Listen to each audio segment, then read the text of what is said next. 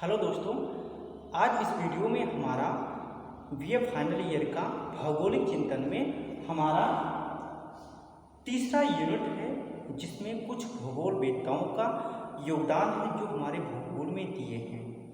सबसे पहले हम यह जानेंगे कि इसमें कौन कौन से भूगोल वेत्ता हैं जो योगदान दिए हैं। सबसे पहले हम ज्योग्राफी इन एंशिएंट पीरियड, सबसे पहले हम भूगोल में उन भूगोल वेत्ताओं की बात करेंगे जो प्राचीन काल में योगदान अपना भूगोल में दे चुके हैं, जिनका आज भी महत्व है।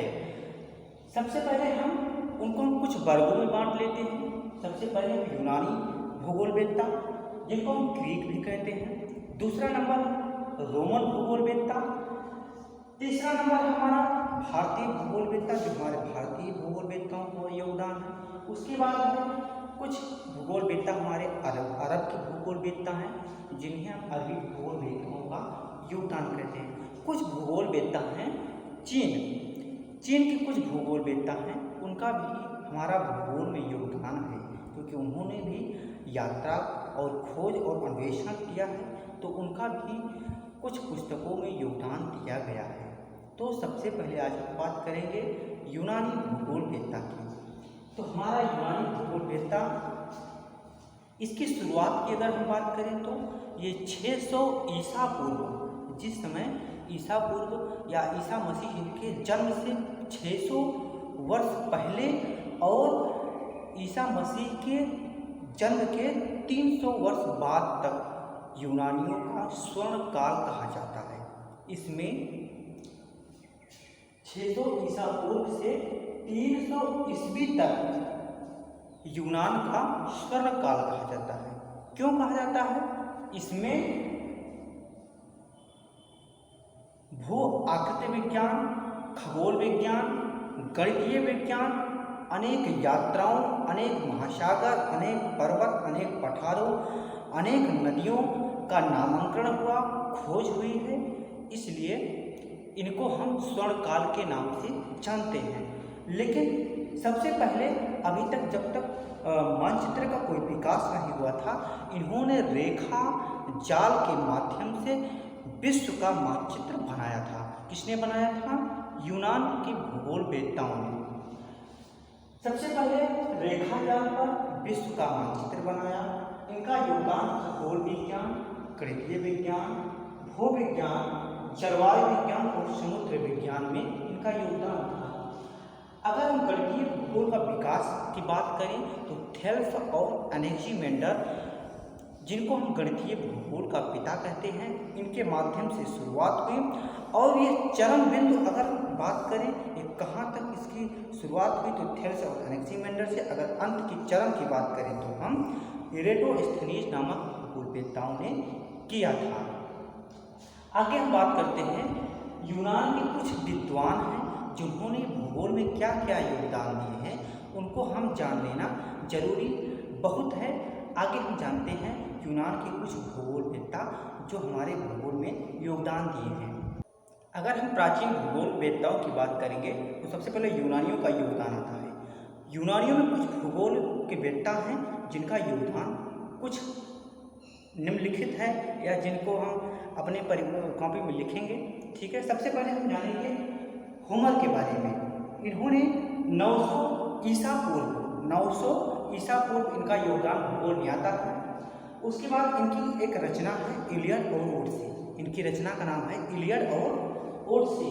इलियड और ओडिसी की रचना है। इन्होंने कुछ हवाओं का वर्णन किया है, जैसे चारों दिशाओं से आने वाली कुछ हवाओं हैं उनका वर्णन किया है। जैसे पूर्व से आने वाली हवाओं को इन्होंने यूरस नाम दे दिया है, पश्चिम से आने वाली हवाओं को जेफ्रेस कहा है, उत्तर से आने वाली हवाओं को इन्होंने बोरिस कहा है, दक्षिण से आने वाली हवाओं को इन्होंने नोर्स कहा है। उसके बाद इन्होंने पृथ्वी को गोल बताया है। इनका इतना ही योगदान है, और अन्य बहुत ज़्यादा योगदान भी है इनका होमर का।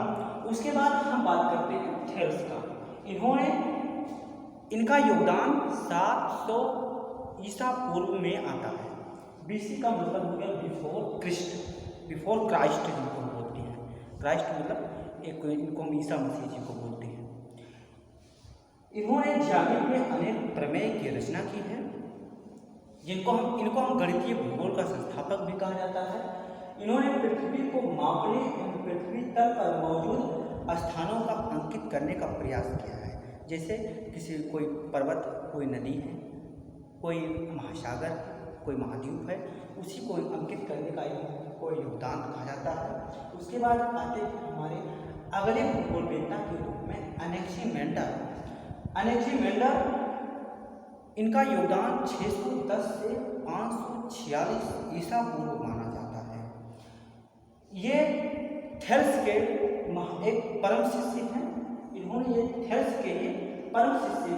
इन्होंने एक नुमोन यंत्र का विकास किया, जिन्होंने बोबिलिया एक स्थान है, वहाँ के लोगों को इस यंत्र से वाकिफ कराया। यह यंत्र एक घड़ी के संरचना के ही समान है। इन्होंने मापक के आधार पर सबसे पहला मानचित्र बनाया। भूगोल में सबसे ज़्यादा प्रश्न पूछा जाता है कि मापक के आधार पर सबसे पहला मानचित्र किस भूगोलवेत्ता ने बनाया है, तो वो अनेक्सिमेंडर को आता है। अनेक्सिमेंडर को लिखने के लिए 1 या 2 नंबर अतिलघु उत्तरीय प्रश्न में जरूर आता है। अनेक्सिमेंडर का योगदान का वर्णन कीजिए। तो सबसे पहले बहुत छोटे लिखेंगे। इनका योगदान 610 से 546 से 610 ईसा पूर्व में आया। उसके बाद ये थेल्स के परम शिष्य थे। इन्होंने नुमोन यंत्र का विकास किया, जिससे बोबिलिया को बताया यह घड़ी के ही समान होता है। उसके बाद ये मापक के आधार पर इन्होंने प्रथम मानचित्र बनाया। इतना ही इनके बारे में लिखेंगे, बहुत हो जाएगा। अगले भूगोलवेत्ता की हम बात करते हैं तो हेकेटियस आते हैं। अब हम बात करते हैं हेकेटियस की। हेकेटियस को भूगोल का पिता कहा जाता है। इन्होंने भूगोल में पृथ्वी का वर्णन किया है। इनकी एक रचना है जेस पीरियड्स, या कहीं कहीं लिखा होता है जेस पीरियड्स। इन्होंने विश्व का सबसे पहले क्रमबद्ध वर्णन किया था। किसने किया? हेकेटियस ने। हेकेटियस को भूगोल का पिता कहा जाता है। इनका वर्णन 520 ईसा पूर्व में मिलता है। इनकी रचना है जेस पीरियड्स। इन्होंने विश्व का प्रथम या सर्वप्रथम क्रमबद्ध वर्णन किया है। उसके बाद बात करते हैं हेरोडोटस की। हेरोडोटस, इनको इतिहास का पिता कहा जाता है। इन्होंने मिस्र में जो नील नदी है उसका वर्णन किया है। इन्होंने जो डेल्टा शब्द आता है उसका इन्होंने नामांकन भी किया है। वहाँ की पाई जाने वाली जो गाद और जो क्या कहते हैं जमाव, जो वहाँ जमाव होता है मिट्टियों का, उसी को इन्होंने डेल्टा शब्द कहा है। इन्होंने ताप एवं पवन के बारे में बताया है। ताप और पवन का एक संबंध होता है, उसके बारे में भी इन्होंने बताया है। उसके बाद अगले भूगोलवेत्ता की हम बात करते हैं तो प्लेटो का नाम आता है। 428 ईसा पूर्व से 348 ईसा पूर्व में इनका वर्णन मिलता है। इन्होंने पृथ्वी को चपटी होने के बजाय गोलाकार बताते हैं। इन्होंने भी भूकेंद्र पर जोर दिया। इन्होंने बताया कि पृथ्वी जो अंतरिक्ष में कुछ जो छोटे मोटे ग्रह हैं वो पृथ्वी के चारों तरफ घूमते हैं। उसके बाद आते हैं अगला भूगोलवेत्ता थियोफ्रेस्टस के रूप में आते हैं। इनको वनस्पत विज्ञान का पिता कहा जाता है। ये अरस्तु के शिष्य थे। अरस्तु जो है जंतु विज्ञान के पिता कहलाते हैं। ये वनस्पत विज्ञान के पिता कहलाते हैं। इन्होंने वनस्पत तथा जलवायु के संबंध को बताया है। अगला भूगोलवेत्ता के रूप में मिलते हैं अरस्तु। अरस्तु के बाद है हिप्पार्कस के बाद हैं पोलिडोनियस। आगे हम वर्णन करते हैं अरस्तु का।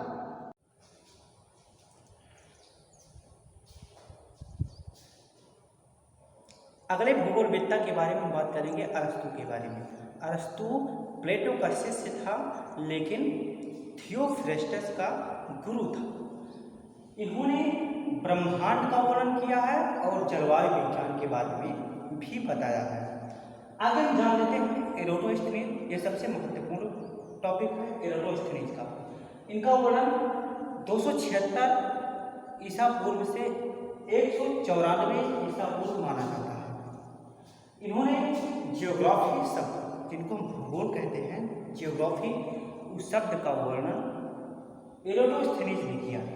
उसके बाद इन्होंने सर्वप्रथम मानचित्र में अक्षांश और देशांतर का प्रयोग किया था एरोटोस्थेनीज ने। उसके बाद इनके पुस्तक है जियोग्राफिका।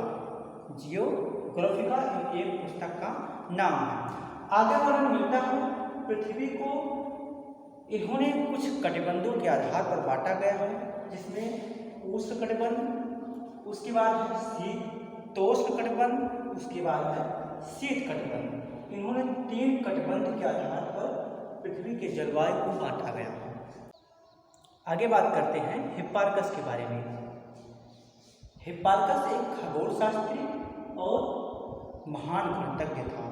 उसके बाद इन्होंने एक वृत्त लिया, उस वृत्त में 360 डिग्री में उसको विभक्त किया, जिससे अक्षांश और देशांतरों को आराम से उसका अध्ययन किया जा सके।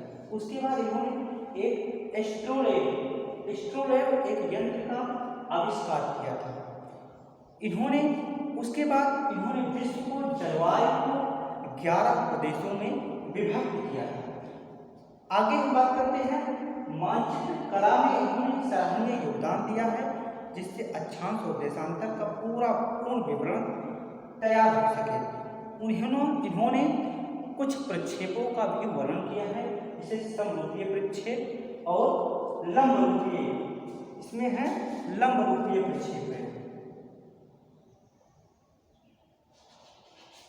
लंबरूपीय प्रक्षेप का वर्णन किया है। आगे हम भूगोल वेत्ता की बात करते हैं पोलिडोनियस। इनका योगदान 135 से 50 ईसा पूर्व में मिलता है। इनकी पुस्तक का नाम है द ओशन।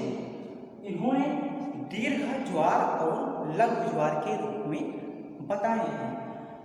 इन्होंने महासागर की गहराई का वर्णन के लिए सबसे पहला भूगोल वेत्ता था कि इन्होंने महासागर की गहराई नापने का प्रयास किया।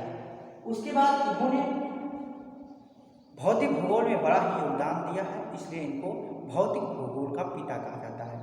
हमारा पूरा यूनानी भूगोल वेत्ताओं का वर्णन समाप्त होता है। आगे हम बात करेंगे रोमन भूगोल वेत्ताओं के बारे में, उसके बाद अरब भूगोल के वेत्ताओं के बारे में।